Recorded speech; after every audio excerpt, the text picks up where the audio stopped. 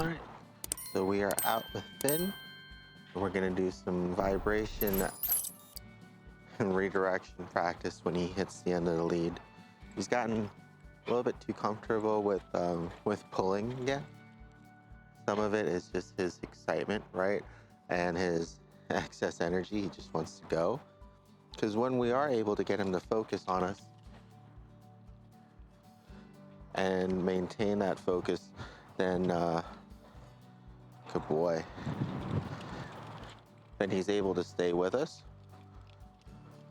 But without that, he tends to just kind of go out on his own. Good boy, this way. So all I'm doing right now is starting off with the vibration. And every time that he pulls or activates some pressure on the leash, I'm gonna go ahead and press the button. That way he can start to rebuild that association that means to turn around or come back. Good boy. Right there. And then what'll end up happening is, even when he gets distracted, good boy, just like right there, instead of having to pull on the lead, we'll be able to just press the button. I'm gonna add in, of course, some rewards too, to make sure that we're still building a good positive association and rewarding him for redirecting. And this will generally get easier as he calms down, right? Good boy. So there, as soon as he started pulling, activated the collar, have him come back, and now we're gonna practice sustaining focus. Okay. We'll work on the punishment for the for the jumping and everything a little bit later. But right now, because the main goal here was to focus on him redirecting his attention and maintaining composure. Right, so he's really excited here. Good boy. He's really excited here to go and greet those guys.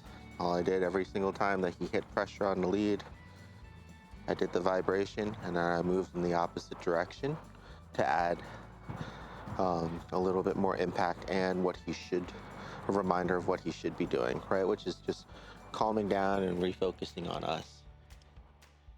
He's not doing too bad. Is that it's just trying to do something that is very consistent, so that way he starts responding again correctly. Good boy. Now that he's following and in a good heel, or was. Come here, bud. It's hard with having to hold a camera, a leash, and a remote. Right, so there, once again, he hits the end of the lead. Because he's not paying attention, he's just going too fast every single time. Good boy. We'll do this a couple more times during the walk here, just to see if we can get him reconditioned. And then what we'll end up doing is testing to see if he just needs a stronger consequence. That way we're not always having to redirect him, right? We want to get it to the point where if he's not focused on us and he does start pulling, that he's going to regret it like a consequence. We spent a lot of time, and I just reviewed all the videos, kind of going over. Hi, how you doing? You're beautiful. You want to say hi? Hi. We're working on him not jumping. He's gorgeous. Good boy. There you go. Oh my God, you're so pretty. Yes, Good boy. you are. Good boy. There you go. Good. Down. Yes. Down. Better. Down. Easy. There you go. Yes. Good. Yes. You're Down, beautiful. down. Yes, you was it a puppy? Yeah, he's just a puppy still. Good boy. Oh, you're Down. pretty. Down. Easy. Easy. There you go. Good boy. Come here. Thank you. Good boy. Settle. All right, so just doing a combination of the leash corrections to help make sure that he doesn't jump too much on her, as well as the collar response. But you can kind of tell in those situations, and just again, like right here, if he starts pulling towards his nose and we're hitting the vibrate, and he's just ignoring it and continuing on, right? And it just means that it's not impactful enough. We want to try to find a setting that, isn't going to hurt him or anything, but we need to find something that he cannot just ignore, right? Like the verbals, he does really good with listening to his name when there's nothing going on and he's not too excited, right? But as soon as he starts to ramp up because he doesn't have that discipline, good boy, then he's allowed to kind of make those errors and those mistakes without any consequence. And unfortunately, if he starts choosing to do the wrong thing too many times as opposed to the right thing without any consequence, right here, he just knows that there's leash pressure, but he's much more interested, right? Good boy, come. And everything else that's going on.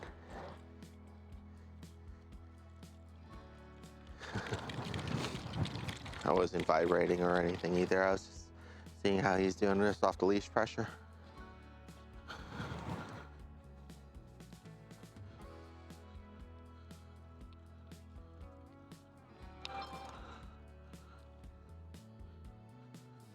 So once again, when he starts pulling, good boy, we'll let him know to come back. And this is good because when he responds to it without the leash tension, like we'll do it right now, right? There's no leash tension, he's coming back. That'll be good for when he's off leash completely and we don't have that extra tension on the leash to help him. So it's good to practice both at the same time. What ends up happening sometimes is just the fact that he gets used to feeling the vibrate or the static or hearing the buzz, and every time that it happens, because we turn around, he automatically associates with that with having to kind of turn around and recall. Good boy. So what we're gonna do on this walk here is just continue practicing this and see if we can get him reacclimated. Hi again. Finn, wait.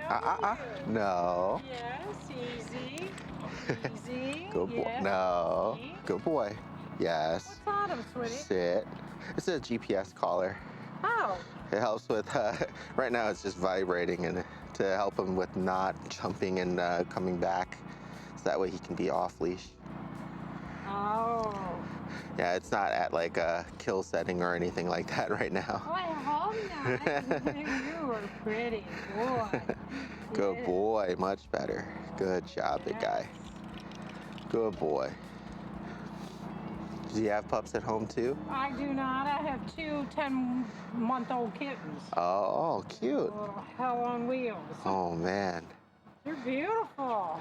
Thank you. Have a good day. You too. Come here, bud. So once again, doing the vibration to get him to come back. Good boy. Good job. So he is responsive to a degree, right? But he definitely needs a lot more encouragement. Some things that you can, of course, do that many trainers do to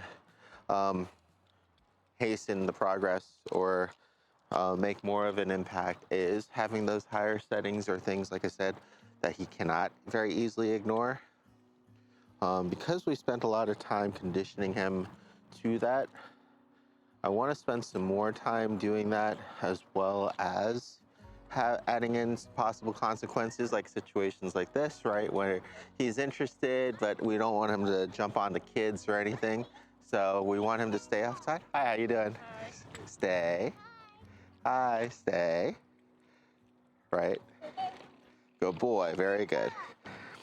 So if we're able to set him up for success and he doesn't kind of cross that threshold when he's too excited to listen, then he still does really well. The reason why some of the other e-collars out there have a boost function is for those really exciting situations. Right here, he's just pulling. Good boy. Very good. Right here, he's just pulling. So we're just gonna use the vibrate. But having that higher number just helps to make it so in those events when the normal level of, whatever it is that you're using to get his attention it fails, right? He's able to just ignore it. Then you use something like the boost to help really get his attention. Okay. And the other thing that I'm a little bit worried of here is just the fact that he's able to kind of start and stop, but he's only able to not just like rush out ahead if he's maintaining focus for the most part, right? He just walks way faster than I do, which is understandable because I'm pretty tired. I work with 2 pups and then he gets a break in between. So, and he's a dog. But that's something that, as it kind of touched base with Chip and his parents in the other video, it's something that you have to find a good compromise in, right? It's really difficult for him to slow down, almost as difficult as it is for me to just speed up, right? If I was able to just walk that fast as he was, we wouldn't have the problem of him pulling on the leash.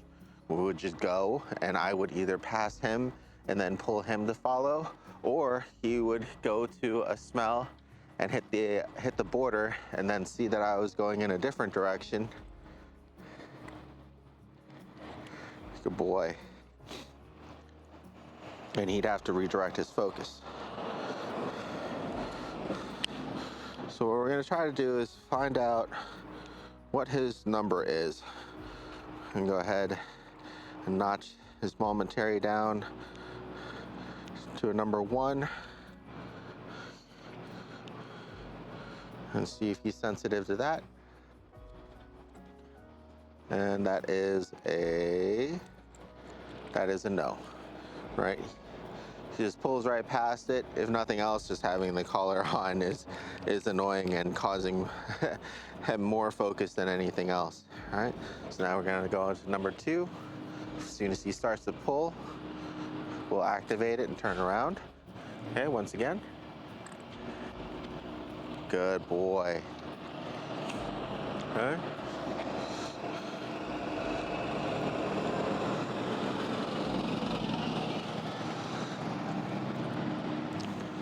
Good boy, come. All right. And what we'll do is continuous, right? There we go, good boy. And we'll let go as soon as he responds. So vibration-wise, he's really good until he's too excited or too distracted. And that can be alleviated with more, either more practice, more discipline, or as he kind of ages and slows down, gets used to everything, or we can help speed up the process, good boy, by finding a different setting that is still not like punishingly painful for him or anything like that, but it's enough that he's not able to just freely ignore it anymore. Because unfortunately, the more that he just ignores his name or ignores the leash pressure, the harder it's going to be for his parents to control him. And most of the time we're doing that for a good reason, right? If the leash is nice and loose and he's walking with me, then that's fine. There's no reason for me to trigger anything. I'm just gonna wait for him. If I want him to leave it, Finn, leave it. Come. You can kind of see even in that setting, he's still able to ignore it, which is interesting. Good boy. So we're gonna go ahead and bump up 1 more, and we'll try again on the next instance when we're having troubles getting his attention.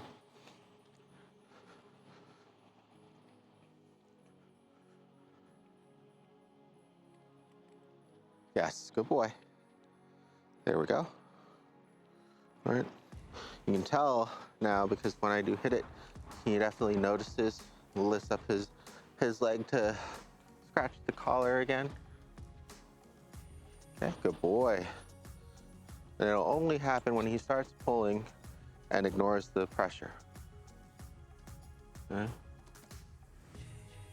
So here, because he's in someone's yard but not too far in, I'll let him smell for a little bit.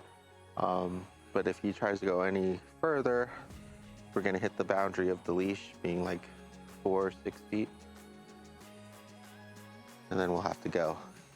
I can also just start walking to increase the leash pressure. And then if he resists it to stay, that's also when you utilize the, there we go, come. the correction, right?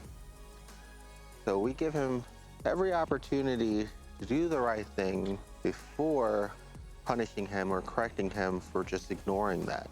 And the reason why is you want to think about the most extreme cases, right? If we're trying to get him to stop pulling towards a squirrel or something else across the street, and he just ignores us and the leash pressure, he can get hit by a car and killed. So he needs to learn to not ignore the leash pressure. So when that leash pressure hits, he needs to respect it and redirect his focus, and then it'll be okay again, right? He can go and smell, he has his freedom, but the important thing is when we need his attention, when we need him to follow us, when we need him to refocus, that is there. You know, some compromises can be made along the way, but you have to still keep that end goal in mind, because we need to think about his safety, the safety of his parents and his family, things like that. He's going to get stronger and bigger. He's going to be able to, you know, if they have children, we don't want him to pull them to the ground while they're trying to have a good time and walk them and help out, right? So the more respectful that he is of the leash pressure, the less of any kind of consequence that he'll have to get or any kind of extra assistance. So that's why we spent so much time before developing his sensitivity and his reaction to the leash pressure and building a good positive association with it.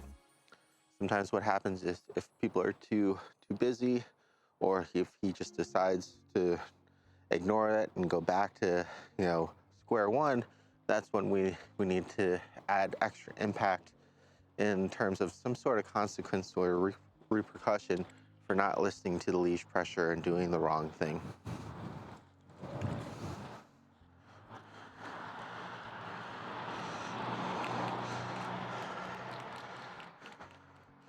I could also, like I said, have him heel and follow me more, but I don't have the extra hands for that right now. So what we're just gonna do is concentrate on whenever he pulls, we use the collar to get him to redirect and come back to us. Stop pulling, refocus. Good boy. Just like before, without the collar and just with leash pressure, but now we're gonna be practicing with the collar, so that way, in case his parents don't have him on the leash, he'll still respond the same. So right here, good boy. Come.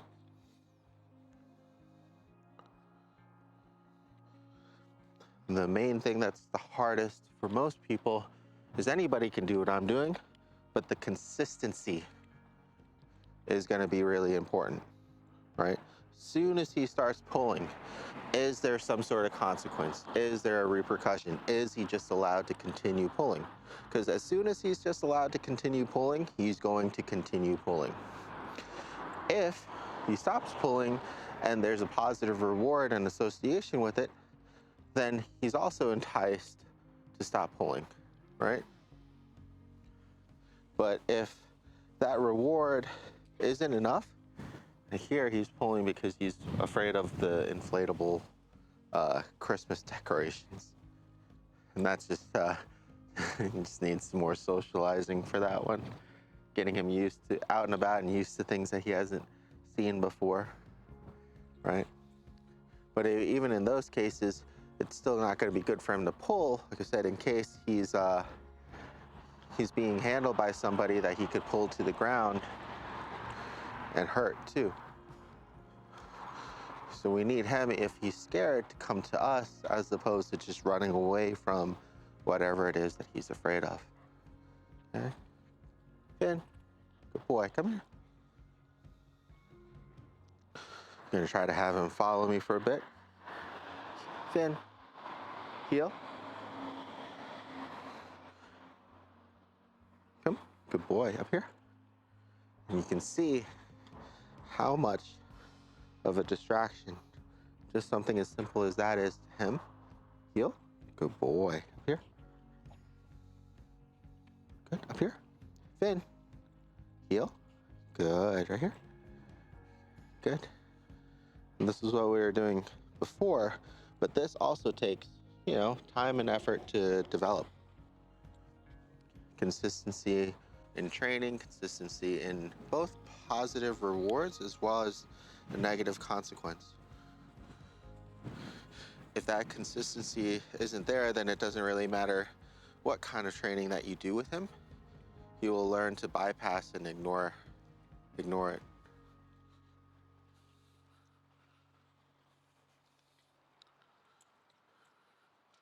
Okay, so the leash is nice and loose again. Good boy.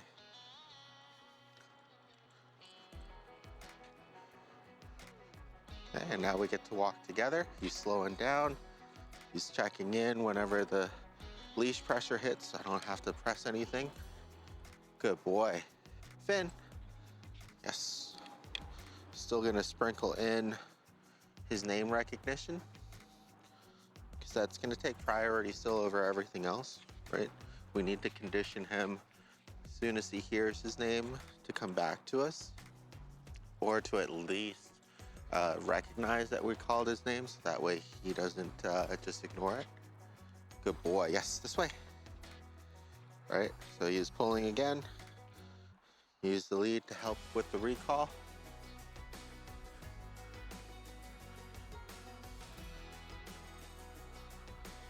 Rewarded him when he got back. And we're now walking on a good, nice loose leash. Boy. He's slowing down because he's not only slightly less energetic and less excited, but now he's also more cautious, right? He's a little bit becoming more aware of when he starts to pull on the leash that there's gonna be some sort of consequence, right? Good boy, right? Didn't even need to use it there. And that's why it's good sometimes to have a consequence as well as a positive reinforcement. Okay? So that way when he does make the decision, it helps to weigh towards him making the correct decision, as opposed to not having any kind of consequence or repercussion, and he doesn't feel like having a treat, or he just feels like smelling and engaging in the person or in the smell more. Good boy. So now back to good old loose leash walking. If he starts pulling, you can give him an opportunity, good boy, to recognize the leash pressure. I'm gonna walk with him, right, to give him the best chance possible of not having to get corrected as he's learning to recognize the leash pressure again and slow down. But right here, come in, Finn. Good boy, come. But as soon as he starts to ignore that leash pressure, good boy, that's when we're gonna use the collar to help with the recall, because he needs practice with that anyways too. In our case, it really helps because it has double duty of getting his attention and getting him to refocus back onto us and usually recall as well.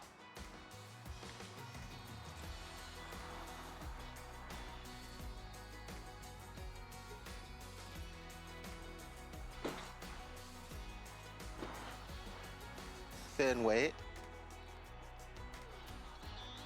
Good boy. Wait.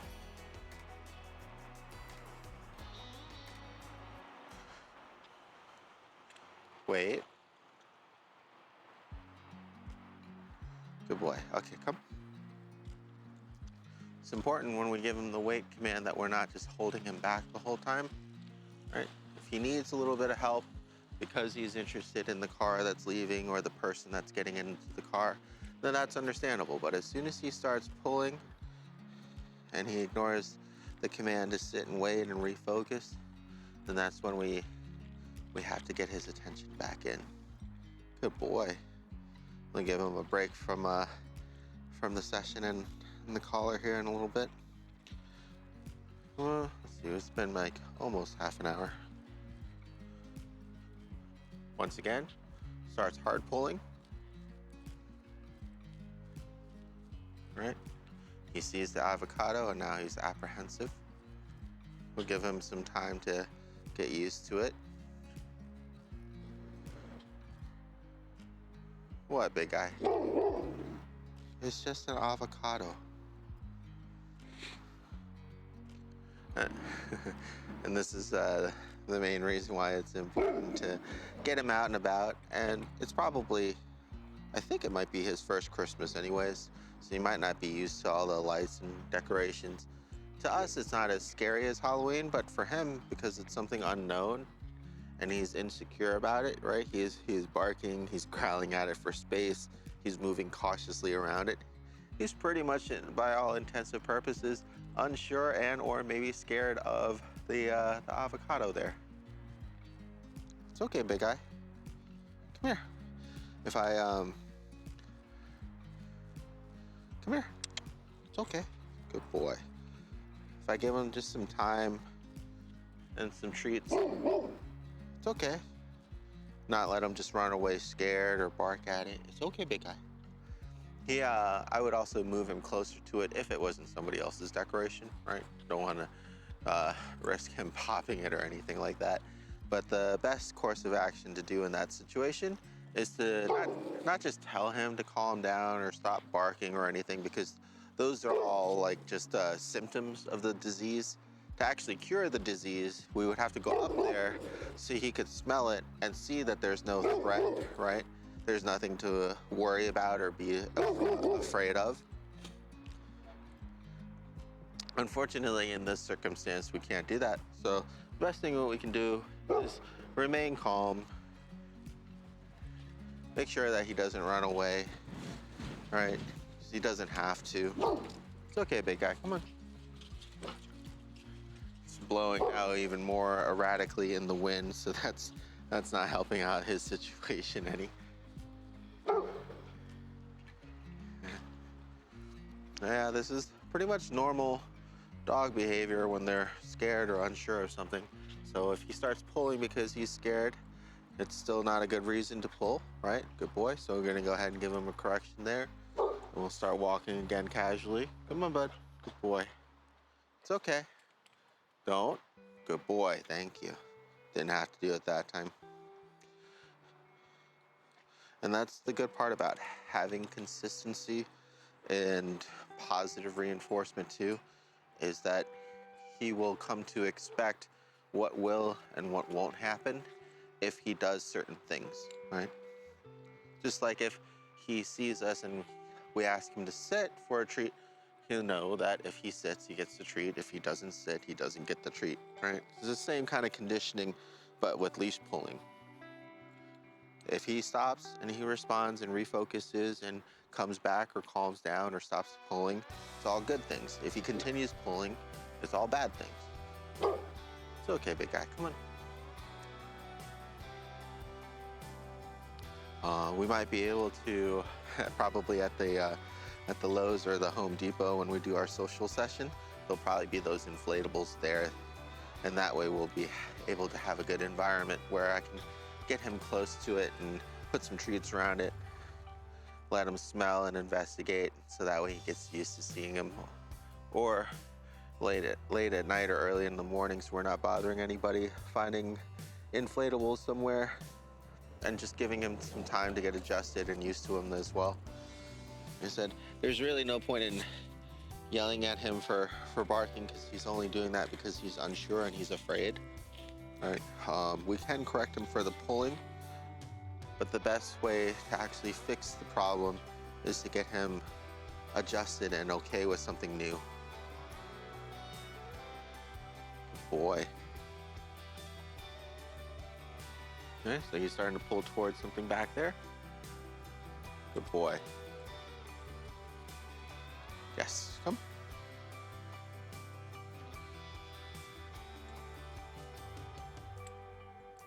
Yes, good boy. There we go.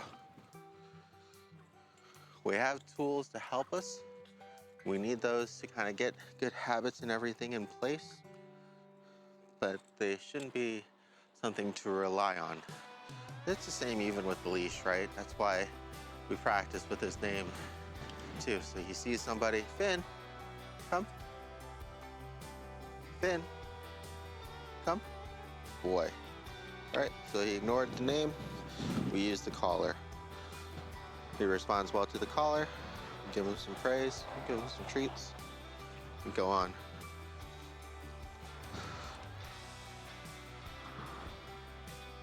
we worked on in the past, um, building a good name recognition and response. But sometimes if it falls to the wayside, I said, having to catch up, we don't have the same luxury of as much time and opportunity, especially if he's going to just learn to ignore his name again.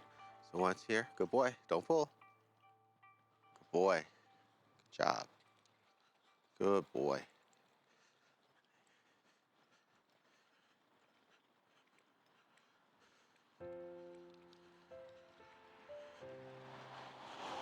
Finn, Finn, Finn. Good, right? Gave him every opportunity to do the right thing. He heard his name, he decided to ignore it, then he gets the consequence. He listens, he comes back, he gets a reward. Boy.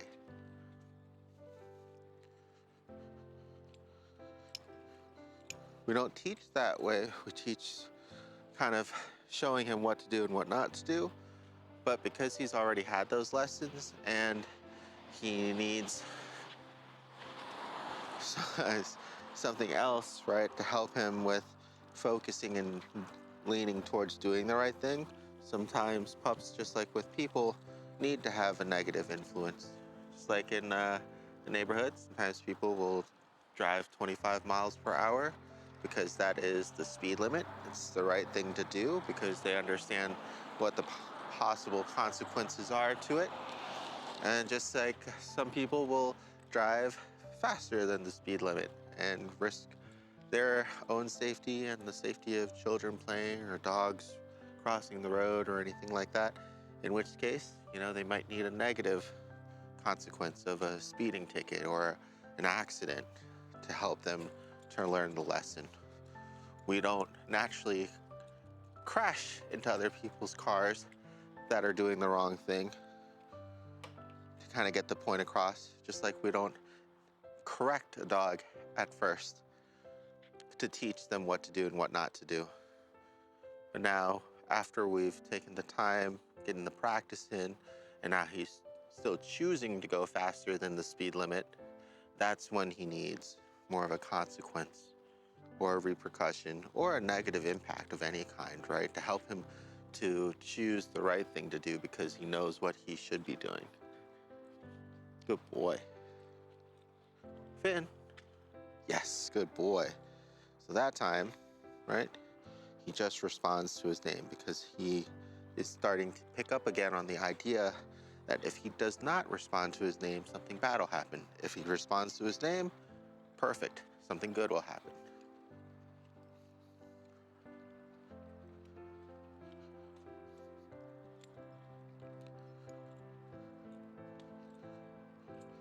Gonna go ahead and cut the video short here. Gonna give him a break and then do definitely a couple more rounds of just this today with him. So it'll look very similar. Good boy, come. Yes, good job. Sit. Good boy.